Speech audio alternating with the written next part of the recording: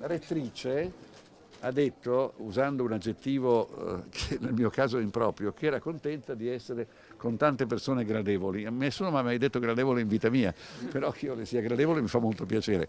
Io sono sgradevole, ma in questo caso lo sono stato non per me, perché io potevo anche, nel tempo che non sono stato sottosegretario, ho fatto 20 anni di attesa della vendetta. In questo caso mi sono posto il problema che, ne parlavo anche col sindaco, anche la veneranda Arca del Santo è stata esclusa dalla prima operazione voluta dal CIN, il che fa pensare che ci fosse in lui una visione di un'autonomia che non ha. Una questione di ordine, spiega così la diatriba che l'ho visto contrapposto al delegato pontificio della Basilica del Santo, Monsignor Fabio Dalcin, il sottosegretario alla cultura Vittorio Sgarbi.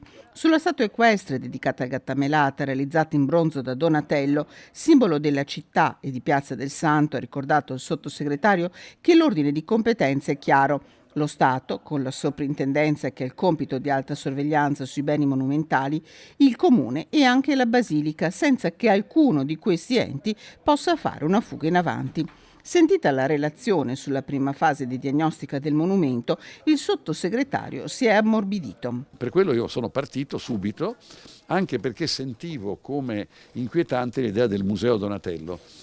Questo non vuol dire però che, siccome sono una persona più che gradevole e ragionevole, se, avendo scoperto oggi che Donatello ha fatto male il cavallo, che è peggio di Giambologna, che ci fosse una necessità di ricoverarlo, io la valuterei come una cosa propizia, ma non per il museo, a partire dal museo.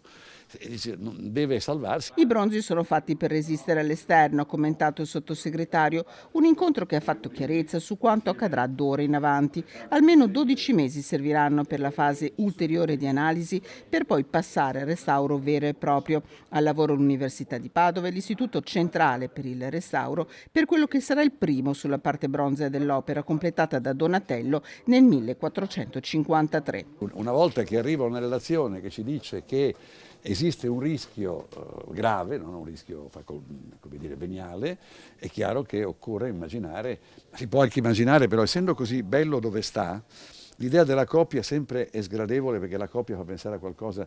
Si può immaginare una teca che lo protegga, insomma, però certo è tutto molto complesso e è precoce dirlo adesso. Un restauro che il sottosegretario Sgarbi auspica sia completato entro il 2026.